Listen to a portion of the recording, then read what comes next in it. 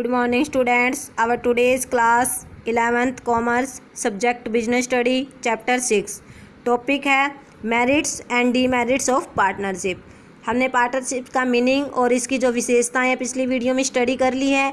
आज हम पढ़ेंगे कि इसमें क्या क्या गुण हैं और क्या क्या दोष होते हैं। तो पार्टनरशिप के सबसे पहले हम गुण स्टडी करेंगे, यानी कि मेरिट्स।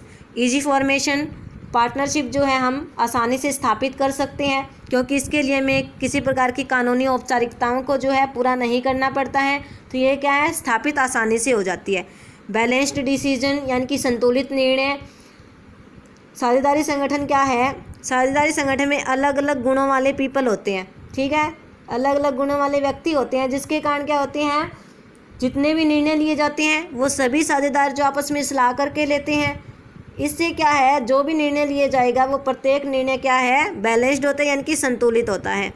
मोर फाइनेंशियल रिसोर्सेज, अधिक वित्तीय साधन। सोल ट्रेड में हमने पढ़ा था कि अकेला व्यक्ति है, उसी को बिजनेस में पूंजी लगानी होती है, जिससे क्या है कि जो फाइनेंशियल रिसोर्सेज है उनकी कमी आ जाती है।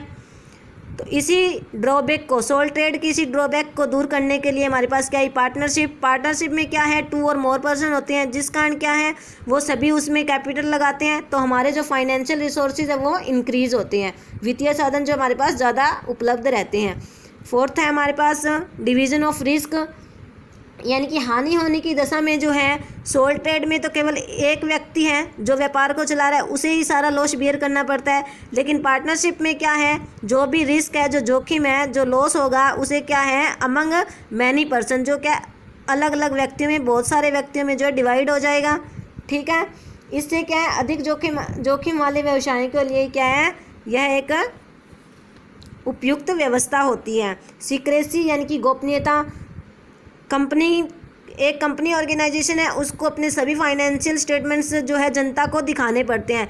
लेकिन पार्टनरशिप में क्या है, कोई भी जो खाते हैं पार्टनरशिप को अपने जनता को प्रस्तुत नहीं करने पड़ते, जिससे क्या है, पार्टनरशिप में सीक्रेसी रहती है, यानी कि पार्टनर से रिलेटेड जितनी भी सूचनाएं हैं वो क्या रहती है, गोपनीय रहती है।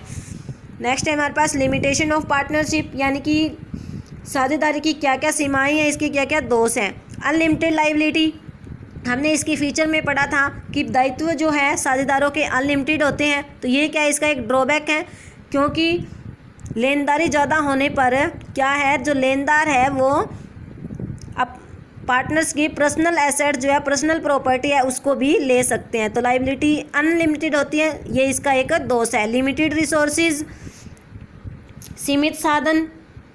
साझेदारी व्यवसाय में क्या है, वित्तीय साधन, साझेदारों की व्यक्तिगत पूंजी और उनकी ऋण लेने की क्षमता, यानी कि जितनी पार्टनर्स के पास कैपिटल है और जितनी उनकी ऋण लोन लेने की कैपेसिटी है वहाँ तक ही सीमित होते हैं, उतना पैसा ही वो बिज़नेस में जो है लगा सकते हैं। लेकिन क्या, समय के साथ साथ अगर हमारा बिज़नेस जो है, हमें एक्सपेंशन करना है, बिज़नेस का विस्तार करना है, तो हमें क्या है, ज़्यादा रिसोर्सेज चाहिए, ज़्यादा रुपए की आवश्यकता होगी, जो क्या है हमारे पास उपलब्ध नहीं होगा। तो ये क्या, हमारे पास रिसोर्सेज क्या है, लिमिट होते हैं, लिमिटेड रिसोर्सेज, इसका एक ड्रॉबैक है। लैक ऑफ हार्मनी, यानी कि समन्वय का अभाव। बहुत सारे व्यक्ति होते हैं, सभी के अपने अपने विचार होते हैं, अपनी अपनी पसंद होते हैं, जिस कारण क्या है, उनमें समन्वय नहीं बन पाता।